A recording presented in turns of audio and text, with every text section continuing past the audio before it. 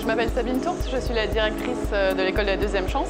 L'idée de notre partenariat avec le Fab Lab et la Casemate, c'est vraiment de pouvoir donner une opportunité à nos jeunes de travailler sur un projet différemment, de voir aussi concrètement ce qu'ils travaillent d'un côté en salle et au sein du Fab Lab, de mettre du concret dans ce qu'on leur amène au niveau de l'école.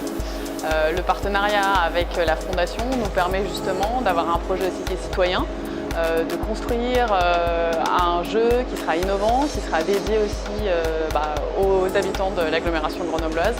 Donc ça a pour nous un double enjeu, à la fois de passer de ce qu'on travaille en cours à la concrétisation de choses matérielles sur lesquelles on va pouvoir jouer avec, tester, voir comment on construit tout ça. Et derrière en faire profiter l'ensemble de la population. Donc c'est un vrai projet à la fois pour développer des compétences transverses, pour travailler autrement, apprendre autrement, tout en étant au service des citoyens de la communauté de Grenoble. Allez! Nous allons vous présenter une activité qui se base sur le lancer de charentaise.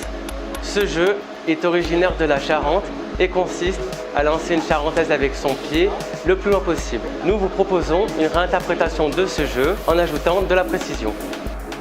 Au niveau de la construction, nous prévoyons une piste faite avec un matériau étanche, exemple bois verni, démontable, afin de faciliter l'installation et une réutilisation ultérieure. Les règles du jeu seront écrites à même le sol, par exemple ici. Des casiers à pièces similaires à ceux qu'on trouve en piscine seront disponibles. Nous envisageons aussi un système électronique qui, via des capteurs placés dans la charentaise et sur la cible, permettra un affichage du score sur un écran numérique. Pour la seconde activité, je vais vous parler du PTK.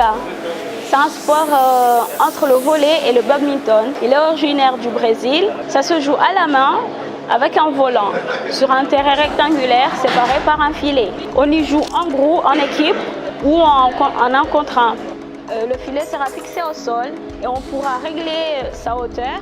Il y aura un boîtier électronique qui permettra d'afficher le score, de calculer la taille du terrain en fonction du nombre de joueurs, d'établir une limite de temps par partie et de stocker les volants disponibles sous caution. On a choisi ce jeu car il est accessible à tout le monde. Il fait découvrir un sport très fortement ancré dans la culture brésilienne et il permettra aux usagers du parc de se rencontrer et de partager un bon moment ensemble. 1, 2, 3. Oh là. Et ben voilà! On est comme ça.